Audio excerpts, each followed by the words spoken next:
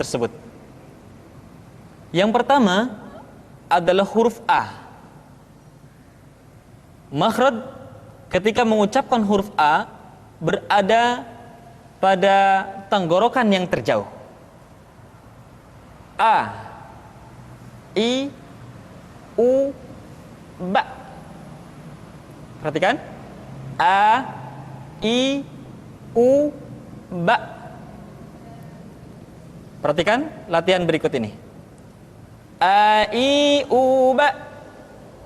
U, an, ani, a, na, minal, mu, ni, ma, i, an, ani, a.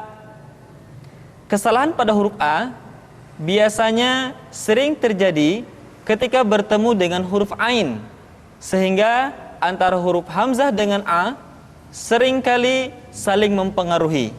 Contoh, a'udzu yang mestinya dibaca A berubah menjadi a'udzu. Tidak boleh a'u tetapi a'udzu. Tidak dibaca an'amta akan tetapi an'amta. Tidak an'amta tapi an'amta. Yang kedua, huruf Ba. Huruf Ba dikeluarkan dengan cara merapatkan kedua bibir kita. Ba, bi, bu. Ketika mati, maka terdengar suara pantulan. Bab. Kesalahan sering terjadi, seringkali ba lupa untuk dipantulkan suaranya. Perhatikan latihan berikut ini. Babi bu bab. Bu bam bani bab na minal mubni mabi bam bani ba. Berikutnya huruf ta. Keluar dengan menyentuhkan ujung lidah kita dengan gusi-gusi gigi seri bagian atas. Ta. Kemudian huruf ta ketika diucapkan terdengar ada nafas yang mengalir, atau dalam ilmu tajwid disebut dengan sifat al-hamas. Perhatikan. Ta, ti, tu, bat. Tidak boleh membaca huruf ta misalkan dengan menyentuhkan ujung lidah dengan gigi kita. Ta, ti, tu, bat. Itu kesalahan pertama. Yang kedua, nafasnya tidak mengalir. Bat, ta, bat. Mestinya ta, bat, tab, bat. Perhatikan latihan di dalam irama berikut. Tati, tubat, tutan, tanitat, naminal mut, nimati, tan, tanita. Berikutnya huruf sa. Sa dikeluarkan dengan menyentuhkan ujung lidah kita dengan dinding dua gigi seri bagian atas. Diucapkan dengan suara dan nafas yang terdengar mengalir. Sa, si, su, bas. Biasanya huruf sa terjadi kesalahan pada suara yang tidak mengalir. Jadi sekedar nafas yang mengalir. Sa, si, su, bas. Atau lidah yang keluar terlalu panjang. Sa. Jadi yang tepat adalah ujung lidah disentuhkan dengan dinding dua gigi seri bagian atas. Sa, si, su, bas. Perhatikan latihan berikut ini. Sa, si, su, bas. Susan, sanisas, naminal muslimasi, san, sanisa. Selanjutnya adalah huruf ja. Dikeluarkan dengan menyentuhkan tengah-tengah lidah dengan langit-langit. Ja, ji, ju, baj. Kesalahan yang sering muncul ketika mengucapkan huruf ja adalah mengalirnya nafas. Ja. Ada nafas yang mengalir. Ja. Ci, cu, baj. Padahal kalau kita melihat sifat yang dimiliki huruf ja, dia tidak boleh mengalir nafas. Karena sifatnya al-jahr, lawan dari al-hamas. Bisa Anda perhatikan buku pedoman tahsin yang telah kami susun. Ja, ji, ju, baj. Perhatikan latihan berikut. Ja, ji, ju, baj. Ju, jan, jani, jajna, minal, mujani, maji, jan, jani, ja. Berikutnya adalah huruf ha. Huruf ha dikeluarkan dari tengah-tengah tenggorokan. Tengah-tengah tenggorokan. Ha, hi, hu, bah. Kesalahan yang paling sering ketika mengucapkan huruf ha adalah seringkali terpengaruh dengan huruf ha. Perhatikan latihan berikut ini. Ha, hi, hu, bah. Hu, han, hani, hahna, minal, muhni, mahi, han, hani, ha. Selanjutnya adalah huruf kha. Kha dikeluarkan dari pangkal tenggorokan. Kha, pangkal tenggorokan, diucapkan dengan mengalir nafas. Atau lebih praktisnya, pengucapan huruf kha persis terdengar seperti orang yang tidur dalam keadaan mengorok. Kha, khi, khu, bakh, kha. Demikian. Perhatikan latihan berikut ini. Kha, khi, khu, bakh. Khu, khan, khani, khakhna, minal, mukhni, makhi, khan, khani, kha. Kesalahan berikutnya pada huruf kha adalah suara yang tidak menebal. Padahal huruf kha memiliki sifat al-isti'la. Ada sebuah kaidah, kulul musta'la al-mufakhamah. Semua huruf yang memiliki sifat al-isti'la mesti diucapkan dengan suara yang tebal. Perhatikan, diucapkan dengan suara yang tebal. Bauh, tidak bah, tapi bauh. Aukha, tidak akha. Kha, khi, khu, bauh, tidak kha, khi, khu, bah, tapi bauh, menebal suaranya. Selanjutnya pengucapan huruf da. Da diucapkan dengan menyentuhkan ujung lidah kita dengan bagian gusi-gusi dua gigi seri bagian atas. Da. Nah, kesalahan yang sering dilakukan adalah menyentuhkan ujung lidah dengan langit-langit. Da. Kemudian kesalahan berikutnya yang sering muncul adalah melupakan sifat qalqalah yang dimiliki oleh huruf da. Perhatikan contoh berikut ini. Dadi, du, bad. Du, dan, dani, dadna, minal, mudni, madi, dan, dani, da. Selanjutnya huruf dha diucapkan dengan menyentuhkan ujung lidah dengan dinding dua gigi seri bagian atas seperti kita mengucapkan huruf tha. Ujung lidah boleh ditampakkan ataupun tidak nampak. Perhatikan latihan berikut ini. Dzadzi, dzubad, dzudan, dzani, dzadna, minal, mudni, madzidan, dzani, dza. Kesalahan berikutnya yang suka terjadi ketika mengucapkan huruf dza adalah suara yang seringkali tertahan ketika diucapkan dalam keadaan sukun, atau suara seringkali dipantulkan. Contohnya, wa id qala, atau kesalahan kedua, wa id qala. Yang tepat adalah suara dialirkan dengan lembut, wa id qala, tidak wa id qala atau wa id qala. Yadzakkar, tidak yadzakkar. Yadzakkar. Berikutnya adalah huruf ra, diucapkan dengan menyentuhkan punggung lidah dengan langit-langit.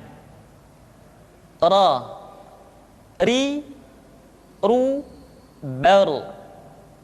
Perhatikan latihan berikut. Ra, ri, ru, bar. Rurarrani rarna minal murni marirarrani ra. Selanjutnya huruf za diucapkan dengan cara ujung lidah kita berada di antara dua gigi seri bagian atas dan bagian bawah. Za menyerupai dengan pengucapan huruf Z di dalam huruf Latin. Tetapi ingat, huruf za bersifat al-jahr. Artinya, ketika kita mengucapkan huruf za, suara kita mengalir, akan tetapi nafas tidak boleh mengalir. Contoh yang salah seperti ini, za, zi, zu. Seharusnya nafasnya tidak mengalir. Za, zi, zu, baz. Perhatikan latihan berikut ini. Za, zi, zu, baz. Zu, zan, zani, zazna, minal muzni, mazi, zan, zani, za. Berikutnya huruf sa diucapkan sebagaimana kita mengucapkan huruf sa, yaitu ujung lidah di antara dua gigi seri kita. Sa, si, su. Di antara sifat yang menonjol ketika kita mengucapkan huruf sa atau huruf sin adalah sifat as-safir, di mana ketika kita mengucapkan huruf sa ada suara tambahan yang menyerupai dengan suara belalang. Sa, si, su. Perhatikan latihan berikut ini. Sa, si, su, bas. Su, san, sani, sasna, minal musni, masi, san, sani, sa. Berikutnya huruf sya. Sya dikeluarkan dengan cara mengangkat tengah lidah kita ke langit-langit. Asya. Dan sifat yang dimiliki oleh huruf sya yang paling nampak adalah apa yang disebut dengan sifat at-tafashi, yaitu menyebarnya angin di dalam mulut kita. Asya, asyi, asyu. Perhatikan latihan berikut ini. Syashi, syubash, syushan, shani, shashna, minal mushni, mashishan, shani, sha. Selanjutnya adalah huruf sa. Huruf sa sama seperti huruf sin dan huruf za, yaitu lidah berada di antara dua gigi seri. As-sa. Untuk memudahkan pengucapan huruf sa, perhatikan sifat as-safir yang dimiliki oleh huruf sa, yaitu suara tambahan yang terdengar menyerupai dengan suara angsa. As-sa, as-sa, as-si, as-su, as. Ya, jadi terdengar seperti ada suara angsa. As. Perhatikan latihan berikut ini.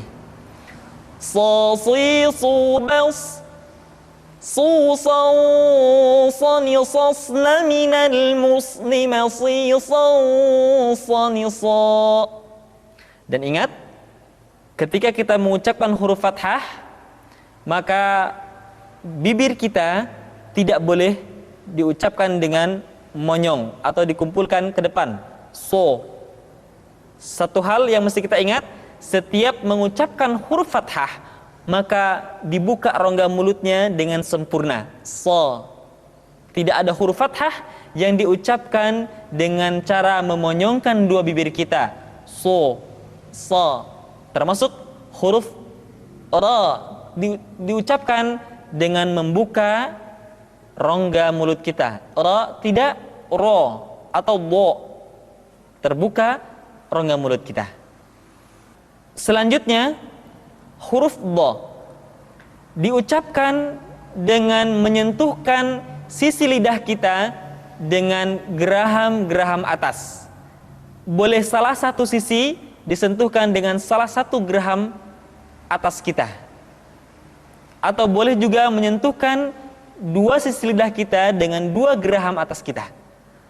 Allah. Di antara sifat yang menonjol pada pengucapan huruf dha adalah sifat al-istitalah, yaitu suara kita memanjang dan terdengar lembut suaranya ketika diucapkan. Tidak diucapkan seperti ini, ad-do, fi tadlil, tapi diucapkan dengan suara yang lembut, memanjang suara kita. Fi tadlil wa tadha, bo, li, lu, bal. Tidak diucapkan do, di, du, tapi lo. Diucapkan dengan menyentuhkan dua sisi lidah kita dengan geraham-geraham atas. Allah, alli, allu. Perhatikan latihan berikut ini. Dadi dubam, dudan danidan minal mudlima didan danida. Selanjutnya huruf to. To diucapkan dengan menyentuhkan ujung lidah dengan gusi-gusi dua gigi seri bagian atas. Sifat yang dimiliki oleh huruf to yang mesti nampak ketika kita ucapkan adalah sifat al-isti'la dan sifat al-itbaq. Sehingga dengan dua sifat ini, maka ketika to diucapkan, suara kita terdengar menebal. To, ti, tu, balto. Dan ingat, dalam posisi sukun, to memiliki sifat qalqalah, sehingga suaranya mesti terdengar mantul. Perhatikan latihan berikut ini. To, ti, tu, balto. Tu, tau, tani, tau, naminal mutani, mati, tau, tani, tau. Selanjutnya, pengucapan huruf dha diucapkan dengan menyentuhkan ujung lidah dengan dua gigi seri bagian atas sebagaimana kita mengucapkan huruf dha. Yang membedakannya adalah dha memiliki sifat al-isti'la dan sifat al-itbaq yang tidak dimiliki oleh huruf dha, sehingga dha terdengar lebih tipis dibandingkan dengan dha. Dha, dha, dhi, dhi, dhi, dhi. Lidah kita, posisi lidah berada di atas. Perhatikan latihan berikut ini. Allahu bal Allahu dhammi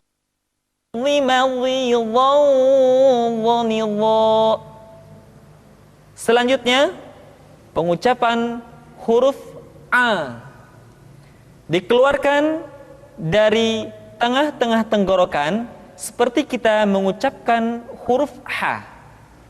a, i, u, ba. Kesalahan sering muncul, huruf ain seringkali diucapkan dengan suara memasuki hidung. A, i. Tidak i, tapi i. A, i, u, ba. Perhatikan latihan berikut ini. A, i, u, ba. An, ani, a'na, minal, mu'ni, ma'i, an, ani, a. Kemudian perhatikan ketika huruf ain disukun, maka suara kita tidak boleh mati. Contoh, iyyaka na'budu, bukan kana budu, tetapi agak ditekan sedikit, kana budu, iyyaka na'budu. Itu pengucapan huruf ain. Yang selanjutnya adalah huruf gha. Diucapkan seperti kita mengucapkan huruf kha, yaitu diucapkan dari pangkal tenggorokan kita.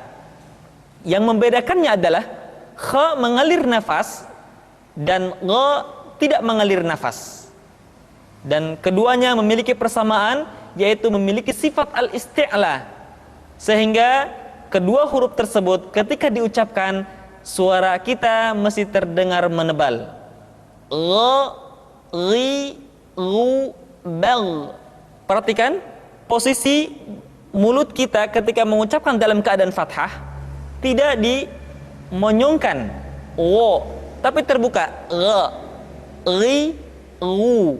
Ketika dhammah, baru bibir kita dimonyongkan sehingga keluar vokal u dengan sempurna. Ru, gha, ri, ru, bal. Perhatikan, tidak bal, tetapi menebal. Bal, al, dan diucapkan dengan suara yang lembut. Al. Perhatikan latihan berikut ini. Ri, ru, bal. Ghan, ghani, ghagna, minal, mughni, maghi, ghan, ghani, gha. Berikutnya pengucapan huruf fa. Diucapkan dengan menyentuhkan ujung dua gigi seri kita bagian atas dengan bibir bawah bagian dalam. Fa. Seperti kita mengucapkan huruf F di dalam huruf Latin. Fa, fi, fu, baf. Suara dan angin mesti keluar dengan lembut. Perhatikan latihan berikut ini. Fa, fi, fu, baf.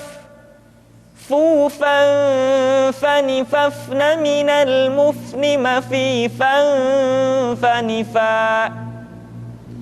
Berikutnya pengucapan huruf qa.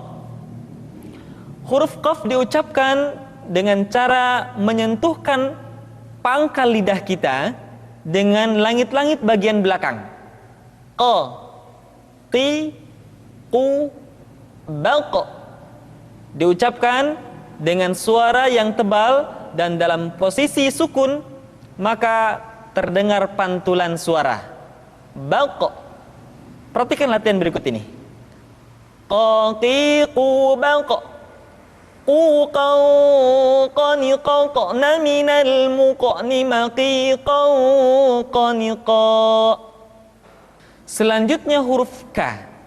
Diucapkan dengan mengangkat pangkal lidah kita ke posisi di depan huruf qaf. Ka. Diucapkan dengan mengalirkan nafas kita. Ka. Ki, ku, bak. Terdengar ada suara yang atau nafas yang mengalir. Ka. Ki, ku, bak. Perhatikan latihan berikut ini. Ka, ki, ku, bak. Ku, kan, kanikak, naminal, mukni, maki, kan, kanika. Selanjutnya huruf la. Diucapkan dengan mengangkat ujung lidah kita, dengan disentuhkan dengan langit-langit. Di depan pengucapan huruf ra. La, li, lu, bal. Perhatikan latihan berikut ini. lalilubal lulalanilalna minal mulni malilalanila. Selanjutnya huruf ma diucapkan dengan cara merapatkan dua bibir. Ma, mi, mu, bab. Perhatikan latihan berikut ini. Ma, mi, mu, bab. Mu, mam, mani, mamna, minal, mumni, mami, mam, mani, ma. Huruf na. Caranya menyentuhkan ujung lidah kita di antara posisi ro dengan la. Na. Perhatikan latihan berikut ini. Nani nuban nunan naninan naminal munni maninan nanina. Selanjutnya huruf wa diucapkan dengan cara memonyongkan dua bibir kita. Wa, wi, u, bau. Perhatikan latihan berikut ini. Wa, wi, wu, bau. Wu, waw, wani, wawna minal muni mawi, waw, wani, wa. Selanjutnya huruf ha dikeluarkan dari tenggorokan yang terjauh, sama seperti kita mengucapkan huruf a. Ha, ha, hi, hu, bah, hu, han, hanihah, naminal muhni mahi, han, hanihah. Perhatikan huruf ha seringkali diucapkan dari dada. Ha. Ingat, di dalam makharijul huruf kita tidak mengenal pengucapan huruf-huruf dada. Tidak ha, tetapi ha. Tidak ihdina, akan tetapi ihdina. Selanjutnya setelah huruf ha adalah huruf ya. Ya, yi, yu, bai. Perhatikan latihan berikut ini. Ya, yi, yu, bai. Yu, yai, yani, yaina, minal, muini, mayi, yai, yani, ya. Demikian kaum muslimin yang dirahmati oleh Allah Subhanahu wa taala, latihan kita pada tahapan kedua.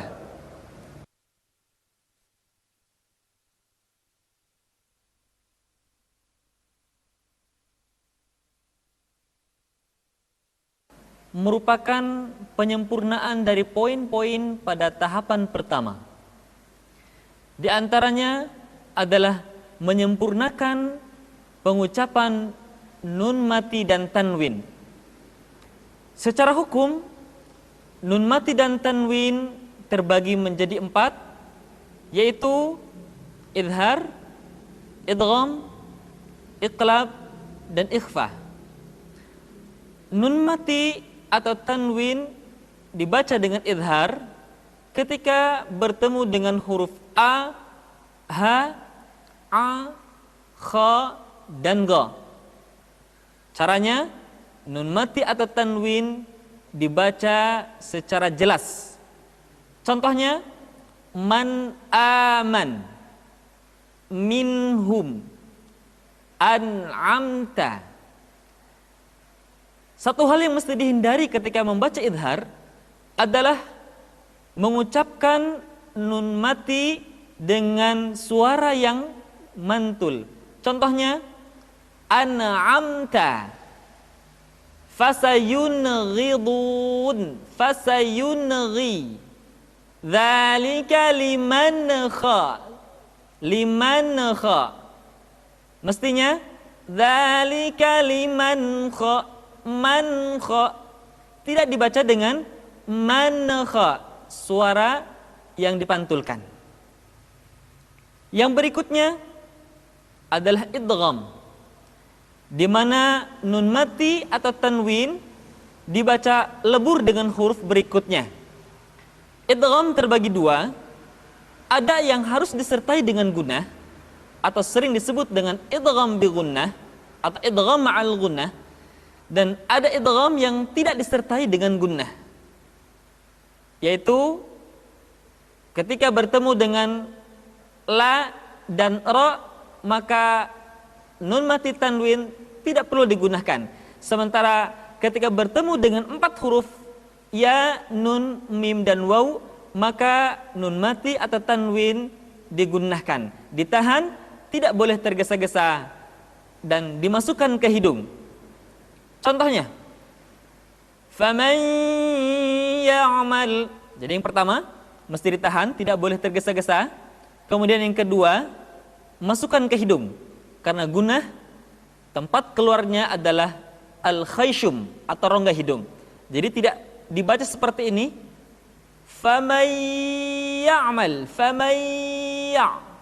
Sudah betul ditahan, tetapi satu kekurangannya, tidak masuk ke hidung. Faman ya'mal, mestinya faman ya'mal mithqala dzarratin khairan, tidak khairan yarah. Sementara kalau idgham bila gunnah, nun mati tanwin dimasukkan pada huruf lam dan ra yang di hadapannya tanpa harus ditahan. Contohnya, wa allaw istaqamu. Tidak perlu wa allawis, langsung wa allawis. Atau kalimat min ra, tidak perlu dibaca mir rabbihim, dibaca cukup mir rabbihim.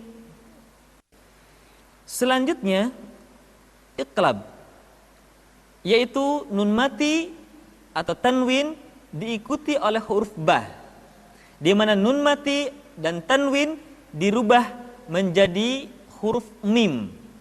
Ditahan suaranya, tidak boleh tergesa-gesa, kemudian diucapkan mim dengan cara yang samar. Caranya, ketika mengucapkan huruf mim, kedua bibir kita agak sedikit direnggangkan, tidak sempurna rapat. Contohnya, mim ba'di, tidak dibaca mim ba'di atau mim dengan menyempurnakan mim. Tetapi sepakat para ulama bahwa iqlab disertai dengan samar, disertai dengan ikhfa. Mim ba'di anba'ahum. Demikian. Dan yang terakhir adalah ikhfa, yaitu nun mati dan tanwin diikuti oleh huruf-huruf selain huruf halqiyah, yaitu huruf a, ha, a, ha, kha, gha, kemudian huruf ba dan huruf yarmaluna, ya, ra, lam, mim, waw dan nun. Kesalahan yang sering dilakukan pada ikhfa adalah seringkali menyamakan bahwa ikhfa itu adalah pengucapan eng. Padahal secara bahasa ikhfa artinya menutupi. Jadi ketika kita mengucapkan nun mati dan tanwin, posisi makhraj sudah menutupi atau masuk pada huruf yang sedang kita hadapi. Contohnya, ketika nun mati tanwin bertemu dengan huruf fa, maka posisi makhraj sudah berada pada huruf fa. Ditahan, pertama tidak boleh tergesa-gesa, ingat. Kemudian yang kedua dimasukkan ke hidung suaranya, dan yang ketiga nun mati tanwin ketika digunakan posisi makhraj sudah berada pada huruf fa. Contoh, anfa. Jadi tidak angfa, tetapi anfa. Ketemu dengan ta misalkan, tidak dibaca angtum, tetapi posisi lidah sudah berada pada makhraj huruf ta. Antum, wala antum. Dan ada satu hal yang mesti diperhatikan di dalam bab ikhfa ini adalah nun mati tanwin bertemu dengan huruf-huruf isti'la yang dibaca dengan ikhfa, yaitu Nun mati tanwin bertemu dengan qaf, sad, dad, ta, kemudian terakhir dha. Ketika nun mati tanwin bertemu dengan 5 huruf tadi, maka harus terdengar suara gunnah yang menebal atau disebut dengan tafkhimul gunnah. Contoh, nun mati ketemu dengan qaf. Anqadha, tidak dibaca anqadha, tidak anqa, tapi anqadha, anqa. Atau misalkan nun mati tanwin ketemu dengan huruf sha. Khalaqal insana min salsalin kal fakhar. Bahkan dalam ayat yang barusan saya baca, di sana ada 3 ikhfa, nun mati ketemu dengan sin. Kedua nun mati ketemu sha, kemudian terakhir ketemu dengan kaf. Perhatikan ketiga ikhfa ini memiliki suara yang berbeda. Yang pertama nun mati ketemu sin, khalaqal insana min. Yang kedua ketemu dengan sha, suara menebal, min salsalin. Ketemu kaf maka dominan kepada huruf eng, minka. Sekali lagi perhatikan, khalaqal insana min salsalin kal fakhar. Demikian yang pertama yang dibahas dalam tahapan ketiga, menyempurnakan nun mati dan tanwin. Selanjutnya adalah menyempurnakan pengucapan mim mati. Terutama saya tekankan pada mim mati bertemu dengan ba, atau di dalam ilmu tajwid disebut dengan ikhfa syafawi. Ikhfa syafawi adalah mim mati yang diikuti oleh huruf ba.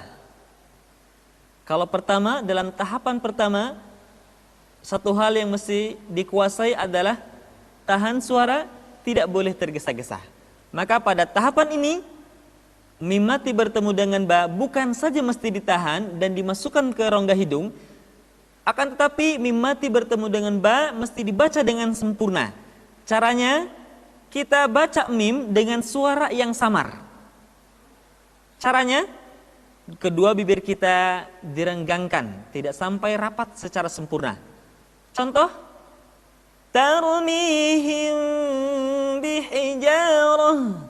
Tidak dibaca tarmihim bi. Mestinya tarmihim bi. Atau ayat yang lain misalkan, alam ya'lam bi annallaha yara. Tidak dibaca alam ya'lam, lam bibirnya rapat, akan tapi direnggangkan, alam ya'lam bi annallaha yara. Itu hal yang penting diperhatikan di dalam mim mati, yaitu mim mati bertemu dengan ba. Selanjutnya adalah bahasan idgham. Pada kesempatan ini saya tidak akan membahas secara keseluruhan tentang idgham. Akan tetapi saya akan coba mempraktekkan beberapa hal yang memang dianggap penting diperhatikan oleh kaum muslimin semuanya. Yang pertama adalah idghamnya huruf to ke dalam huruf ta, di mana leburnya to ke dalam ta, tidak semua sifat yang dimiliki to masuk ke dalam huruf ta. Contohnya, la in basauta, tidak dibaca la in basatta. Tidak basatta tapi basauta. Sifat to, sifat itbaq yang dimiliki oleh huruf to masih tetap ada, sehingga ketika mengucapkan to bertemu dengan ta, terdengar suara yang menebal, basauta. Kemudian yang kedua yang mesti diperhatikan dalam idgham adalah leburnya huruf ba mati ke dalam huruf mim yang terdapat di dalam surat Hud ayat 42. Ayatnya berbunyi irkab ma'ana. Dibaca tidak irkam ma'ana tetapi irkam ma'ana, disertai dengan gunah, ditahan, tidak boleh tergesa-gesa. Selanjutnya, penyempurnaan pada tanda-tanda panjang, atau dalam ilmu tajwid ada satu bab yang disebut dengan ahkamul mad. Hadirin yang dimuliakan Allah Subhanahu wa taala, pada kesempatan ini saya tidak akan membahas secara teori tentang ahkamul mad, karena pada tahapan pertama sudah cukup jelas saya kira bagaimana cara membaca tanda-tanda panjang dalam Al-Quran. Ingat baik-baik, saya ulang, bahwa pada prinsipnya selama tanda panjang tidak diikuti oleh hamzah, tasydid atau huruf sukun, maka suara di ayun tidak boleh kepanjangan. Sebaliknya, ketika kita menemukan tanda panjang diikuti oleh hamzah, tasydid atau huruf sukun atau disukunkan, maka suara panjang melebihi kadar 2 harokat. Tentang ukuran-ukuran harokat ketika bertemu dengan huruf hamzah tasydid sukun, silakan hadirin kaum muslimin membuka buku yang telah kami susun untuk membantu kaum muslimin mempermudah mempelajari Al-Quran. Pada kesempatan ini saya akan menyampaikan satu poin saja, yaitu tentang mad lazim harfi, di mana huruf mad atau tanda panjang bertemu dengan huruf-huruf sukun di dalam huruf yang sering kita temukan di dalam awal-awal surat, atau sering disebut dengan huruful muqatta'ah. Seperti misalkan di dalam surat Al-Baqarah ayat pertama, kita akan menemukan ada satu ayat yang terdiri dari rangkaian huruf. Ada alif, ada lam, ada mim. Itu yang dimaksud dengan huruf muqatta'ah. Ada beberapa kaidah yang mesti diperhatikan ketika kita membaca huruf-huruf muqatta'ah. Yang pertama, baca sesuai dengan nama huruf. Misalkan alif, lam, tidak boleh dibaca la. Mim, tidak boleh dibaca ma. Qaf, tidak dibaca dengan qa. Atau sod, tidak dibaca dengan so. Atau nun, tidak dibaca na, tapi dibaca nun. Kaidah yang kedua, perlakukan ketika kita mengucapkan huruf-huruf muqatta'ah sebagaimana kita membaca ayat-ayat yang lain di dalam Al-Quran. Di sana berlaku hukum mad. Kalau ada tanda panjang diikuti oleh huruf sukun dan tasydid, maka suara kita menjadi panjang. Yang kedua, kalau ada nun mati diikuti oleh huruf ikhfa, maka suaranya pun diikhfakan. Atau ketemu huruf-huruf yang mesti diidghamkan, maka mesti diidghamkan. Contohnya alif, lam, dan mim. Yang pertama dibaca alif. Alif, kemudian lam dibaca panjang, la, selama 6 harokat. Kemudian mim dibaca ditahan, tidak boleh tergesa-gesa, karena setelah mim mati diikuti oleh huruf mim, sehingga berlaku hukum idgham. Lam,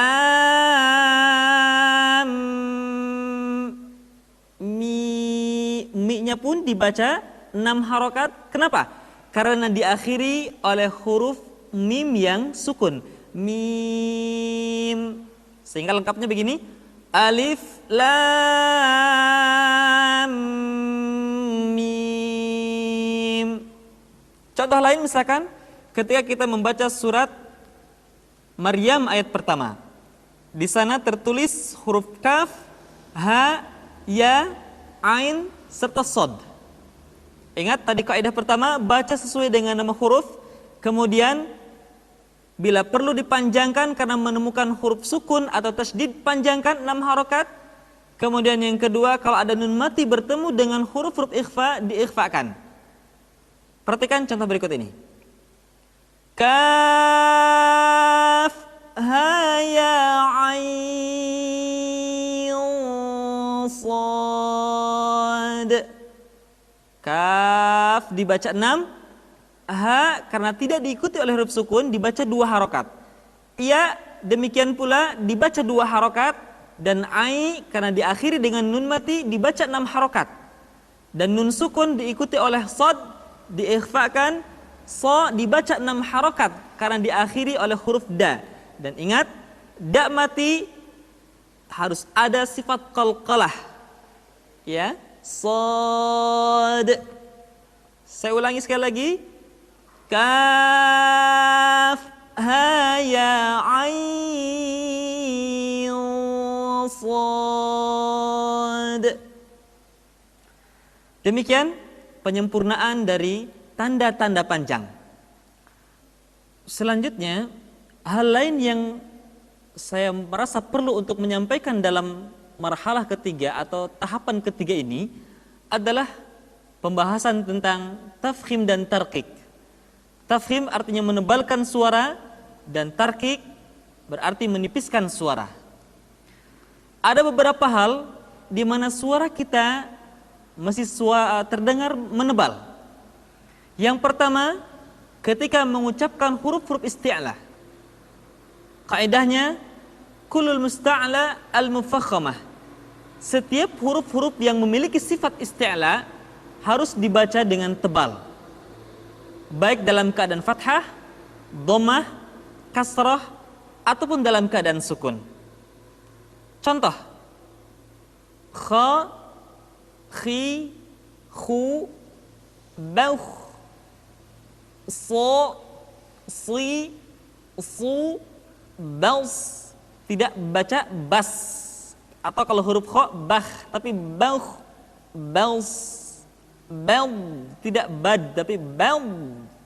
Kemudian huruf gha misalkan tidak bag, tapi bau, al.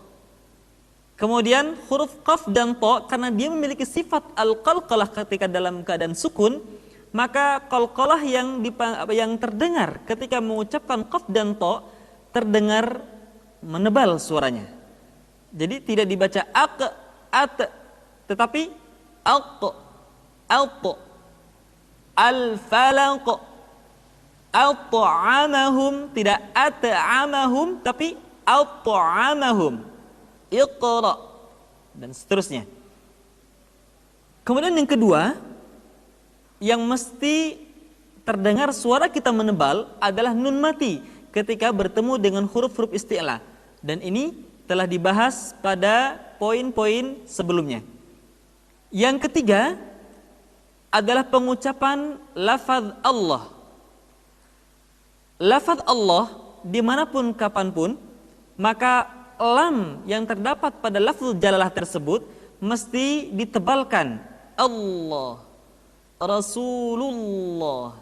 Kecuali kalau lafaz Allah didahului oleh huruf yang berharokat kasrah, maka lam kembali dibaca dengan tipis, tarqiq. Contoh, bismillahi, tidak bismillah, bismillah. Hal yang keempat yang mesti dibaca tebal adalah beberapa kondisi huruf ra.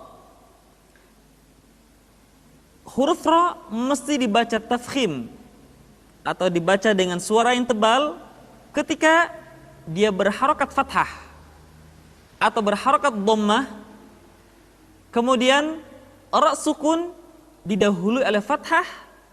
Contohnya akbar. Kemudian ra sukun didahului oleh huruf yang berharokat dhammah. Contoh, hatta zurtumul maqabir, zurtumul. Suara ra tebal.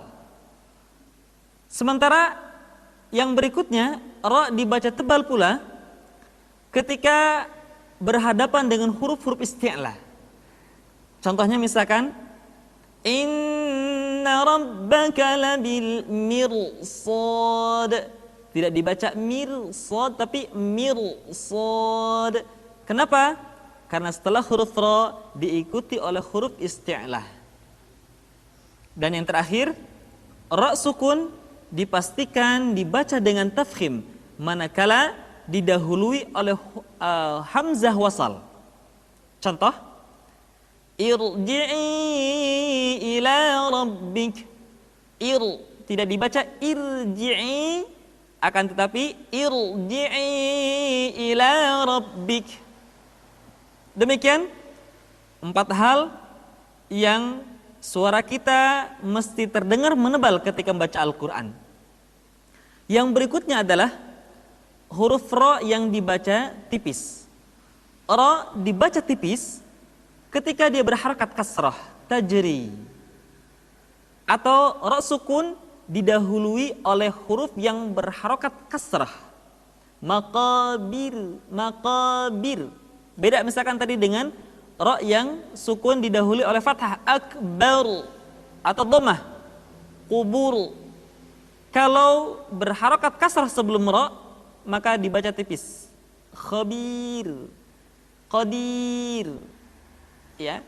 Termasuk yang berikutnya adalah ra dibaca dengan tipis ketika didahului oleh huruf ya yang sukun. Contohnya, al-khair, al-khair.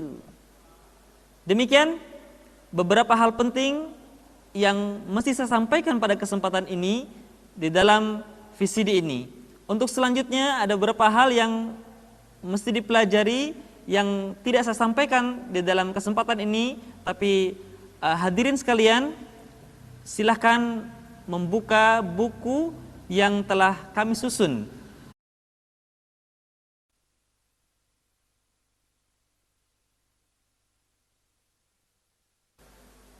Selanjutnya adalah tahapan keempat, tahapan terakhir di dalam program tahsin kita ini. Di dalam tahapan keempat, kita akan membahas beberapa ayat di dalam Al-Quran yang tidak bisa dibaca kecuali dipelajari secara bertalaki, berhadapan langsung atau melihat secara langsung bagaimana seseorang atau guru kita mengucapkannya. Di antara hal-hal penting di dalam ayat gharibah, yang pertama adalah saktah. Saktah adalah berhenti sejenak ketika kita membaca Al-Quran tanpa bernafas selama 2 harokat. Ada 4 tempat di dalam Al-Quran yang mesti disaktah. Yang pertama adalah surat Al-Kahfi, akhir ayat pertama, awal ayat kedua. Contohnya, walam yaj'al lahu iwaja qayyima. Jadi kalimat iwaja dengan qayyima tidak boleh disambung iwaja qayyima.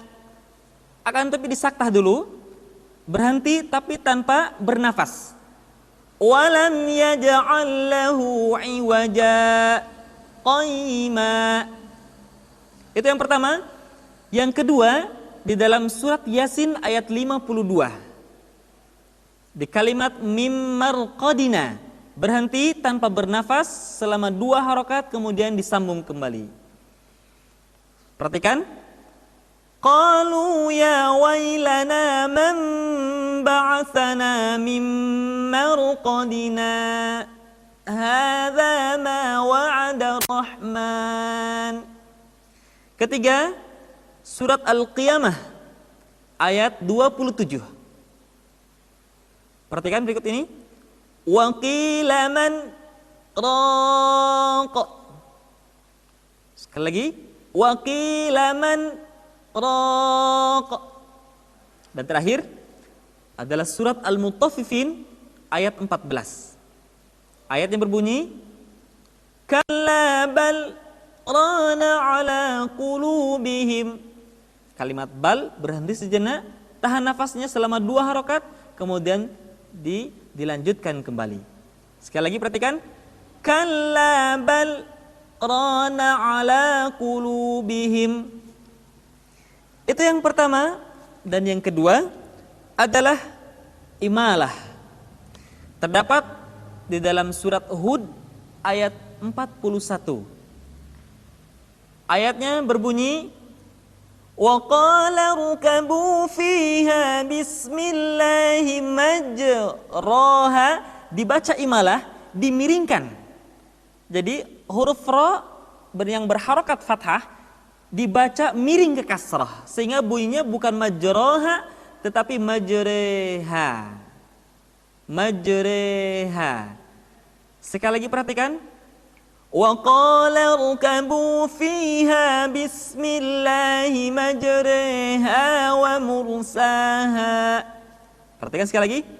Wa qala rukabu fiha bismillahi majreha wa mursaha. Yang ketiga, ishmam. Terdapat di dalam surat Yusuf ayat 11. Pada kalimat la ta'manna. Ishmam adalah menampakkan dhammah yang terbuang dengan isyarat bibir.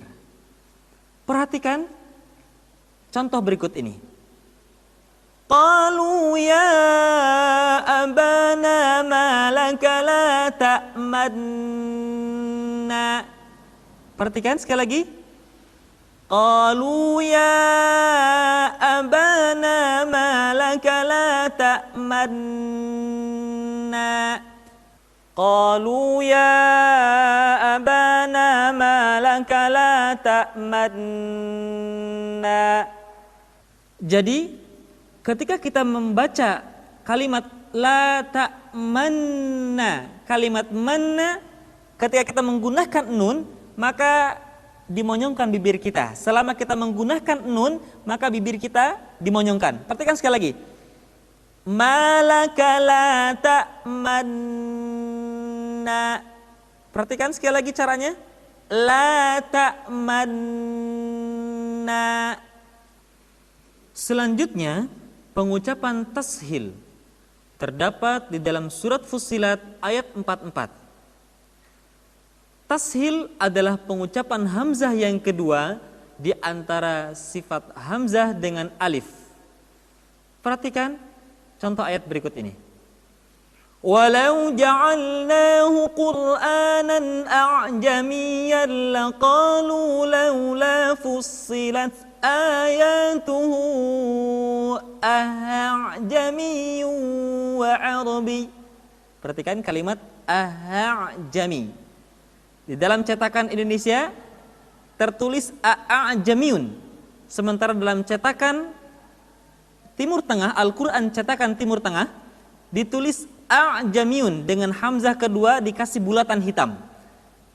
Perhatikan cara membacanya. A'jamiyun wa 'arabi. Jadi tidak dibaca a'jamiyun atau a'jamiyun, tapi hamzah kedua dibaca dengan suara yang samar. A'jamiyun wa 'arabi. A'jamiyun wa 'arabi. Terakhir adalah pengucapan naql di dalam surat Al-Hujurat ayat 11. Bi'sal ismu dibaca menjadi bi'sal ismu. Naql adalah memindahkan harokat hamzah ke huruf sukun sebelumnya. Kalimatnya asalnya bi'sal ismu, maka harokat hamzah dari kalimat al-ismu dipindahkan ke huruf lam sukun sebelumnya, sehingga kalimat asalnya bi'sal ismu dibaca menjadi bi'salismu. Hadirin yang dimuliakan Allah Subhanahu wa taala, demikianlah tahapan demi tahapan di dalam program tahsin. Mudah-mudahan bermanfaat dan segala kekurangannya saya mohon maaf. Billahi taufiq wal hidayah. Wassalamualaikum warahmatullahi wabarakatuh.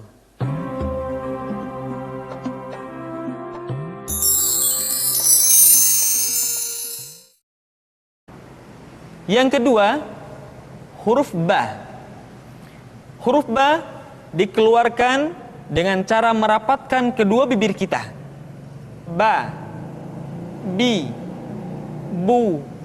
Ketika mati, maka terdengar suara pantulan. Bab, Kesalahan sering terjadi, seringkali ba lupa untuk dipantulkan suaranya. Perhatikan latihan berikut ini. Babi bubab, buban bani babna minal mubni mabiban bani ba.